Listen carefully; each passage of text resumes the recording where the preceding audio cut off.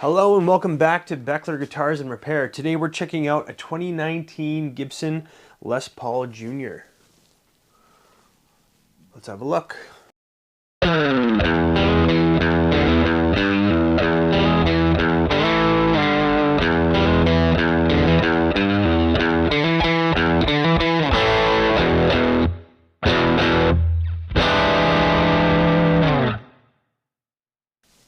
To those that follow the channel, you'll know that we just did a review on a $200 Canadian version of this guitar, or a similar one. It was a double cut version, but very similar idea. So if you're interested in watching that review, I'll put that link in the description so you can see how the two stack up against each other. I picked this one up used. I've been kind of talking to the guy back and forth for a couple weeks about a price. And then finally he just kind of went for it. So I got this one for a decent price. And yeah, the Les Paul Junior is just basically a stripped down guitar, one pickup, one P90 pickup. It's just a one piece slab mahogany body. It doesn't have the maple top. It's got one volume, one tone, and one P90 dog ear pickup with a very simple tailpiece bridge. And this one has a rosewood fingerboard. You've got your vintage style tuners, your silkscreen Gibson logo. This is a Tectoid nut, and it's got a really nice burst on here. So this is kind of like a vintage sunburst type burst. And this one's in decent condition. Yeah, one piece mahogany body. One piece mahogany neck, and this is a 2019. So 2019 is the year that Gibson kind of came back with a vengeance, started putting out some really nice stuff, and kind of changing everybody's minds about the quality that had been happening. There were some quality issues that Gibson had been going through earlier, and in 2019 they changed ownership, and then they kind of started addressing all those problems and putting out some really nice models, some good quality guitars. So yeah, anyway, this one came with 3 different pick guards. So this is the one that the previous owner had installed. I think it looks pretty cool. It's kind of that, it's like a leather alligator style pick guard. We've also got the kind of tortoiseshell spotted kind, which looks decent as well. And then this is the one that came with just the original black pick guard, which looks good too. I think I prefer the alligator brown leather. I think he made the right choice there. And also with this guitar came, so yeah, these stop tail bridges, they're decent, but as you can tell, there's not a whole lot you can do about the intonation. It has 2 set screws in the back of the tailpiece bridge, so you can actually adjust those screws to slightly adjust your intonation, but it's going to be a little harder to do since it's just a flat bar there. So with this guitar also came included is a Wilkinson stop tail saddle bridge. So this is the same sort of an idea. However, you've got your individual saddles that you can adjust for better intonation. So I'm going to check the intonation on this guitar. And I like the aesthetic look of the original better. So if it doesn't need additional intonating, I'm going to leave it there.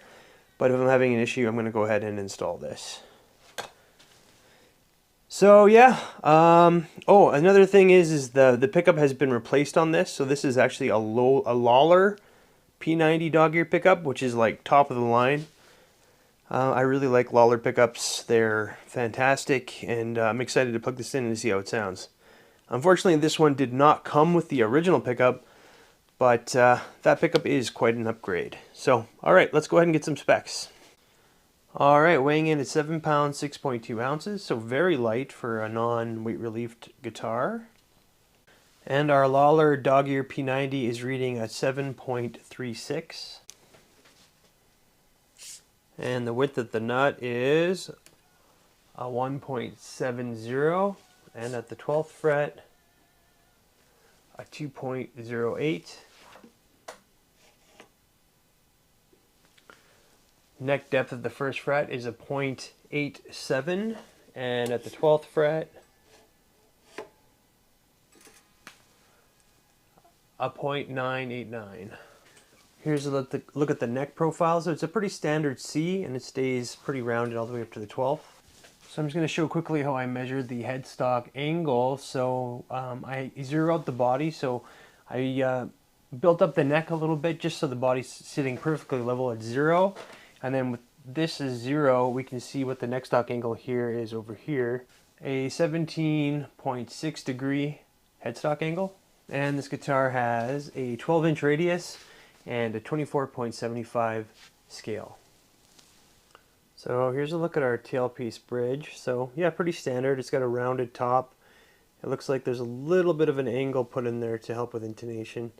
There's no saddle slots or anything, so you kind of got to move it to where you want it in terms of string spacing. And the back says advanced plating incorporated. And then you've got 2 set screws on the back where you can adjust the bridge backwards or forwards to help with intonation. Our specs say our neck profile is a vintage 50s, and yes, that's true. It really does feel like a chunky old vintage style neck. Alright, let's have a look at our Lawler pickup. So yeah, let's just see if we can pull that out a little bit. Yeah, there we are. So yeah, it says Lawler pickups, bridge 2021, WC 50s. So let me see if I can figure out what that exact model is. These are the Lawler 50s P90s. They are a lower output magnet pickup, and they were designed to be based on the pickups found in electric blues legends Sean Costello's 1954 Les Paul Gold Top. So yeah, they're kind of a lower output P90 vintage style pickup. So yeah, I'm excited to hear how they sound.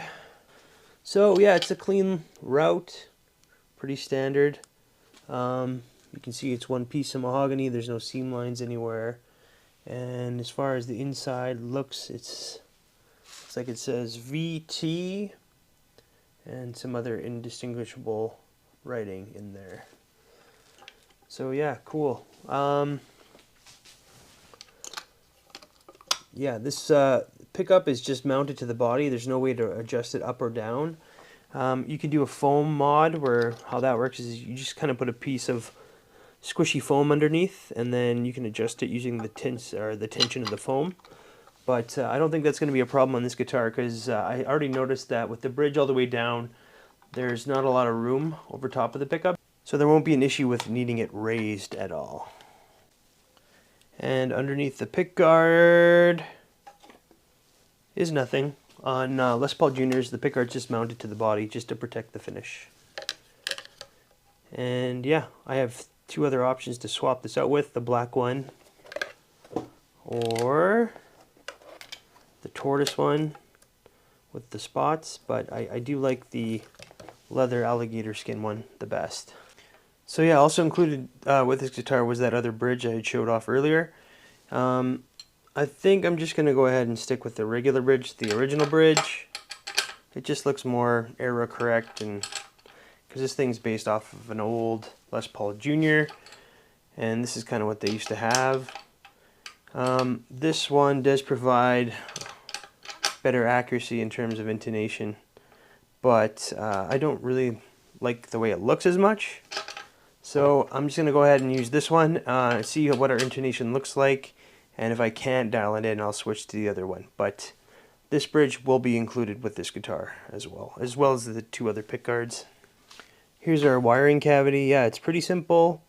We've got 2 Gibson full-size pots with a orange drop capacitor, and the original pickup would have been braided wire, so the Lawler is exactly the same. It looks like they just soldered it into the same spot as the other one would be.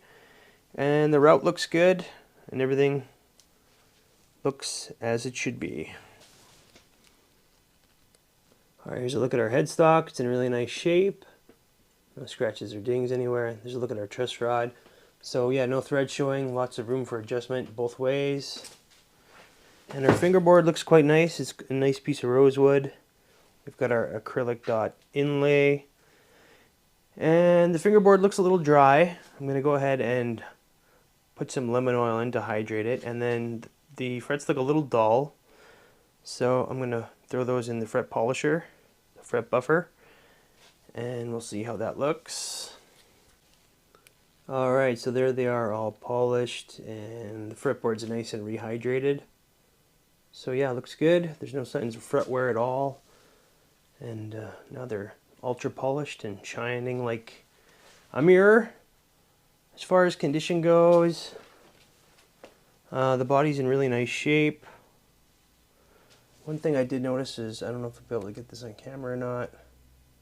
Just a sec. You can see there's a little bit of a finish check gloss crack there. I think there's another really small one here by the pickguard. But that's about it for the top. On the back, I noticed a couple impressions here. Yeah, there's one little ding there. Just gonna get my camera to, there we go. So yeah, one little ding there, a couple little marks here. One little surface scratch there. A couple little dimples in the back. The neck's perfect, no marks or impressions. And then it looks like one little something there. And there's one little chip in the back of the headstock here. I did fill this with lacquer, so it's drop filled, so it's smooth, but you can still see it. And there's our serial number there, and our Gibson vintage style tuners. Alright, let's have a quick look at the setup here. So the truss rod is nice and straight, just a tiny little gap between the notch straight edge and the fingerboard. At the nut, we can see that when I use the 3rd fret, that the 1st fret, the string is just gently resting against it, so that means the nut is cut nicely. And the truss rod's nice and straight. And then at the 12th fret,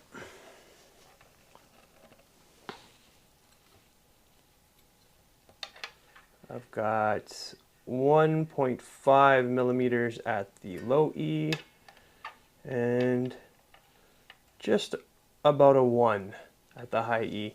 So yeah, nice low action. That's where I like to set all my guitars.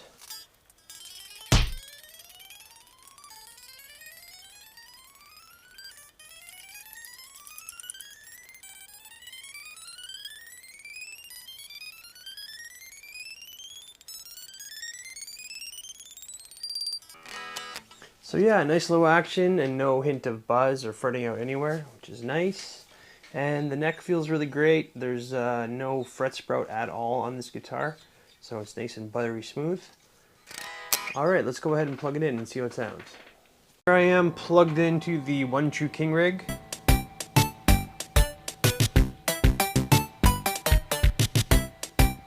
Alright, that's enough of that.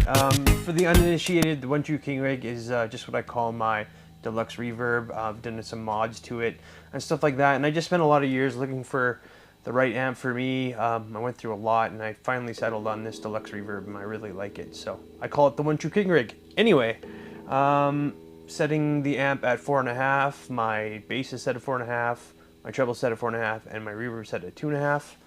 It's just a quick little sound demo here. There's not many options to go through, so I'm just going to go through it clean with a little bit of dirt and then just have fun with it.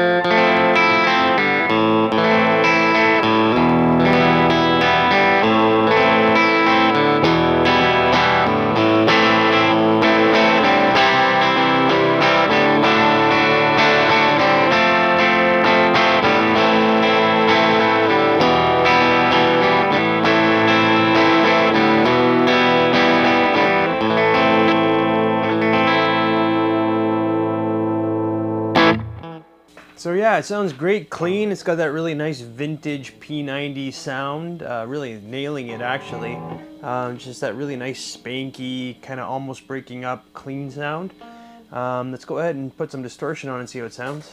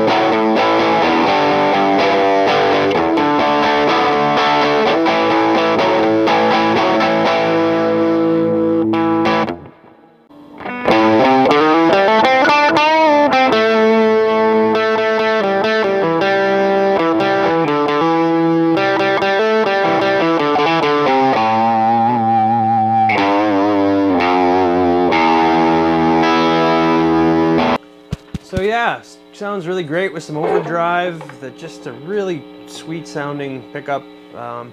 Yeah, that Lawler low wind 50s pickup is pretty sweet. Sorry, low output, not low wind. All right, I'm just gonna play around a little bit, maybe with some fuzz.